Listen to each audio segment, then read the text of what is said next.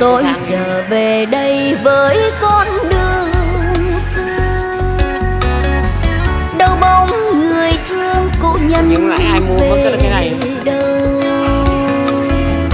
Tiếng buồn chợt đâu đây vòng đường, công viên lạnh lùng hoang vắng, ngọn đèn đêm đứng im cuối. Cái này mình có gói được không? Mình mua mấy cái này về xong mình gói vào con nó có lời thôi. Cho lá vàng lại bay, nó rẻ hơn đi. em theo bước về nhà. Ví dụ mình mua chai mắm, chai rượu như gì thì ân tình xưa đã lỡ, thời gian nào bối xóa, kỷ niệm đầu ai đành lòng quên. đóng để trên bàn đấy cho nó đẹp. Phố buồn mình tôi bước chân